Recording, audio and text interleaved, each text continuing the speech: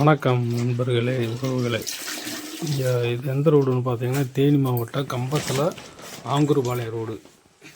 இங்கே ஆங்கூர்பாளையம், சாமாண்டிபுரம் இப்படி சிறு சிறு கிராமங்கள் இருக்குது. அதேமாதிரி கக்கன் காலனி இருக்குது, கம்பத்து நகராட்சிக்கு உட்பட்ட பகுதி. இதில் போகிறப்போ ரோடு ரொம்ப சேதமாக இருக்குது. மழை நீர் பெஞ்சுன்னா ரொம்ப நெரும்பி இருக்குது. குளம் மாதிரி காய்ச்சி அளிக்குது அங்கங்கே. இது கழிவு நீர் கால்வாய் இல்லை.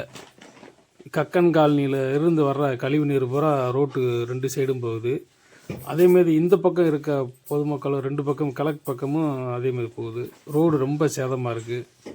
இது சம்மந்தமாக பல முறை தெரு மக்கள் மனு அளித்தும் யாரும் முறையான பதில் அளிக்கவில்லை.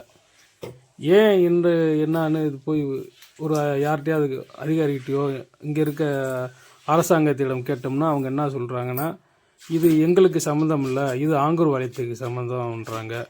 அவங்ககிட்ட போய் கேட்டால் இது எம்பியோட நிதியிலேருந்து வரணுன்றாங்க. அங்கே கேட்டோம்னா ஆண்டிபட்டி தொகுதி எம்எல்ஏவுக்கு சம்மந்தம், அவர்கிட்ட இருந்த நிதி வாங்கி இந்த ரோடை சரி செய்யணுன்றாங்க. இப்படி ஆளாளுக்கு ரொம்ப சுத்த விட்டுக்கிட்டே இருக்காங்க. இதை என்னன்னு உடனடியாக அரசு அதிகாரிகள் கவனத்தில் கொண்டு இந்த இதை சரி பண்ணணும்னு கேட்குறோம். இங்கே பாருங்கள், எவ்வளோ குளம் மாதிரி தேங்கி நிற்கிதுன்னு பார்த்தீங்களா.